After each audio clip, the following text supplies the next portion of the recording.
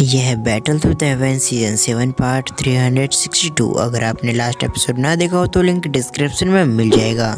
पिछले एपिसोड में हमने देखा था सावन की बॉडी पूरी तरह से हील हो चुकी थी, लेकिन फिर भी सावन होश में नहीं आ रहा था।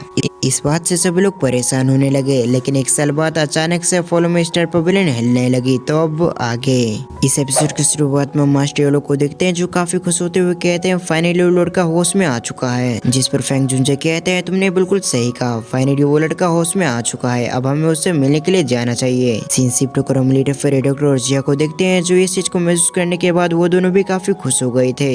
और कुछ समय के अंदर वो सभी सावन की बॉडी के पास आ जाते हैं। लेकिन हम देखते हैं उस जगह पर सावन की बॉडी से मात्रा में 3000 बर्निंग फ्लेम रिलीज हो रही थी, जो धीरे धीरे करके सभी को इफेक्ट कर रही होती है। कुछ समय तक लीडर फिर डॉक्टर इसे बर्दाश्त करने की कोशिश करती है, लेकिन उसे समझ में आ गया था कि अब उसे बाहर जाना होगा। और जैसे लीडर फिर डॉक्टर और बाकी सभी उस टावर से निकलते हैं, उसी समय हम देखते हैं उस जगह पर 3000 बर्निंग फ्लेम उस टावर को पूरी तरह से घेर लेती है। साथ ही उस जगह पर काफी बड़ा 3000 बर्निंग फ्लेम आ चुका था, जो आसमान की तरफ देखते हुए काफी तेज से रोर करता है। इस वजह से ऊपर से स्टार की एनर्जी उस पर पड़ती है।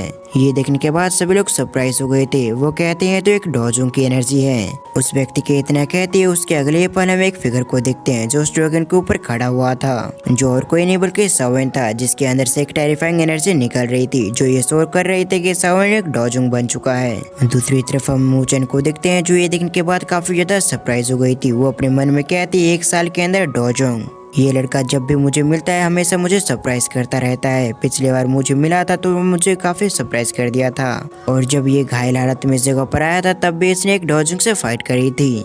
तभी दूसरा डिसेबल कहता है हमारी सीनियर की एनर्जी काफी टेरिफाइंग है, मुझे नहीं लगता कि इस जगह पर जितने भी एलिट्स मौजूद हैं उनकी एनर्जी इन सीनियर जैसी होगी। ये सुनने के साथ ही दूसरा डिसेबल भी नोट करते हुए कहता है तुमने बिल्कुल सही कहा, लगता है इन सीनियर को काफी कम आंक लिया था, ये तो काफी पावरफुल हैं। और सबसे ज्यादा उन्हें ये बात हैरान कर रहे थे कि इन सीनियर की एनर्जी भी उनकी जैसी होती है, मगर इनके बावजूद उन दोनों के पावर लेवल में काफी ज्यादा डिफरेंसेस मौजूद था, जो उन सभी को बता रही थी भले ही उनकी उम्र भी उनकी जितनी हो, लेकिन फिर भी वो उन सभी से ज्यादा टैलेंटेड है। इसी तरह से फॉलो में स्टार पवेलियन के डिसेबल आपस में बातें करने लगते हैं। दूसरी तरफ हम एक जगह पे 2 फिगर को देखते हैं। तभी फेंग जुनजे कहते हैं कि ये तो सचमुच वही लड़का है। जहाँ तक मुझे लगता है हॉर ऑफ सोल में किसी ने भी इस बात को उम्मीद नहीं की होगी कि सावन अभी भी जिंदा है, क्योंकि उस फाइट के दौरान ओल्ड गोस्ट जैंगसिंग ने सावन को काफी ज्यादा घायल कर दिया था, इसीलिए सभी को लग रहा होगा कि सावन अब तक मर चुका होगा। जिस पर मास्टर येलो कहते हैं तुमने बिल्कुल सही कहा, शायद से पिछले 1 साल से सावन डोजोंग लेवल पे जाने के लिए सारी एनर्जी को इकट्ठा कर रहा था, ताकि एक ही बार में ये लड़का डोजोंग पे ब्रेक थ्रू कर सके। और इसकी इस हरकत की वजह से हमें लग रहा था कि इसे जरूर कुछ प्रॉब्लम हो रही होगी। सचमुच इस लड़के ने हमें काफी परेशान कर दिया, और सावन का डोजोंग पर ब्रेक थ्रू उस स्टार एनर्जी की वजह से हो पाया है, नहीं तो सावन को लगभग 2 साल और लगने वाले थे।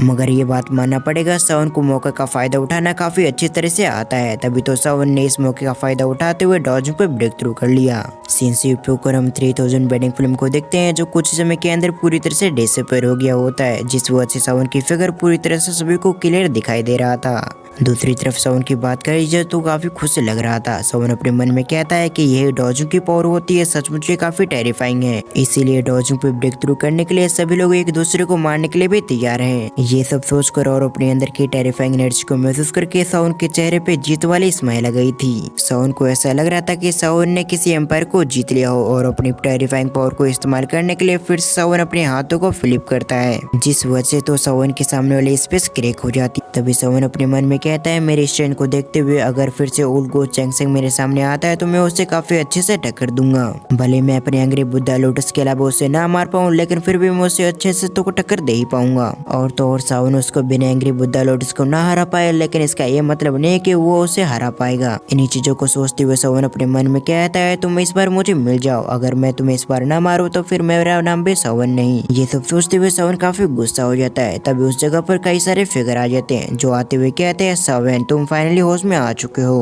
और ये फिगर होते हैं जिया, leader fairy doctor, Tian जुनजे, Feng जुनजे और यालो। ये कहने वाले और कोई नहीं बल्कि फेंग जुनजे थे। फेंग जुनजे की ओर देखते हुए सावन उसे ग्रीट करते हुए कहता है फेंग जुनजे आपका बहुत बहुत धन्यवाद, साथ ही मैं समझता हूँ इन समय में आपको काफी दिक्कत होगी, जिस वजह से मैं आपसे माफी चाहता हूँ।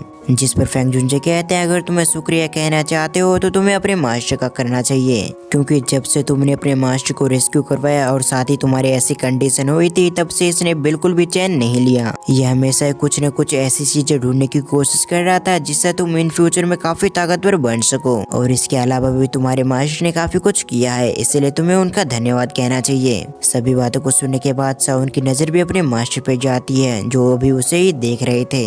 साथ ही मास्टर योलो के चेहरे पे पुरानी स्माइल भी होती है, जिस स्माइल को देखने के बाद साउन को समझ में नहीं आ रहा था कि अब उसे कैसे रिएक्ट करना चाहिए या फिर अपने मास्टर से क्या कहना चाहिए। दूसरी तरफ सावन के चेहरे पर भी स्माइल आ गई थी। साथ ही सावन अपने मन में बोलता है उसके पास जो कुछ भी हो सब कुछ मास्टर की वजह से है। अगर योलो ने उसे अपना डिसिपल न बनाया होता तो सावन इस पोजीशन पे नहीं होता, यानी कि उसके पास ऐसी पावर नहीं होती। साथ ही ज्यादा से ज्यादा वह जिमा एम्पायर का सबसे टैलेंटेड व्यक्ति बन सकता था। और तो और उसे अभी कसम होलो सोल पे काफी गुस्सा भी आ रहा था। तभी योलो सावन को शांत करवाते हुए कहता है तुम्हें शांत हो जाना चाहिए, साथ ही तुम फेंग जुनजे की नॉनसेंस बातें मत सुनो। वैसे मेरे कैप्चर होने के बाद तुमने ये काम काफी अच्छा किया कि तुमने अपनी लेवल बढ़ाने की स्पीड को और भी इंक्रीज कर दिया, और इसके बारे में मैंने बिल्कुल भी एक्सपेक्ट नहीं किया था कि तुम इतनी जल्दी डॉजिंग बन जाओगे। ये सब सुनने के साथ ही सावन के चेहरे पे भी स्माइल आ गई थी। तभी सावन अपने इमोशंस को सप्रेस करते हुए कहता है समय आ चुका है जब हम आपके लिए बॉडी रिफाइन करें, इसलिए आप मुझे बताएं आखिर मुझे क्या करना होगा, क्योंकि जहाँ तक हमने पढ़ा था कि सबसे पहले हमें 3 हेवनली फिल्म की जरूरत होगी जो मेरे पास आ चुकी है, इसलिए आप मुझे बताएं आप मुझे आगे क्या करना है। ये सुनने के साथ ही योलो के चेहरे पे हल्की सी स्माइल आ जाती है। वो जानते थे सावन उसकी बॉडी को रिफाइन करने के लिए काफी उत्सुक है, इसीलिए वो उसे सप्रेस करते हुए कहता है तुम्हें फिलहाल के लिए रुक जाना चाहिए। ये कहने वाले फेंग जुनजे थे जो सावन से कहते हैं तुम्हें इतनी उत्सुक होने की जरूरत नहीं है, अभी योलो की बॉडी को रिफाइन करने से पहले हमें एक चीज की जरूरत होगी ताकि सावन को बाद में दिक्कत ना आए। ये सुनने के साथ ही सावन कहता है आखिर कौन सी चीज, जिस पर फेंग जुनजे कहते हैं हमें सबसे पहले लोस्ट एसेंस स्पिरिचुअल चीज चाहिए होगा ताकि हम उसे रिस्टोर कर सके,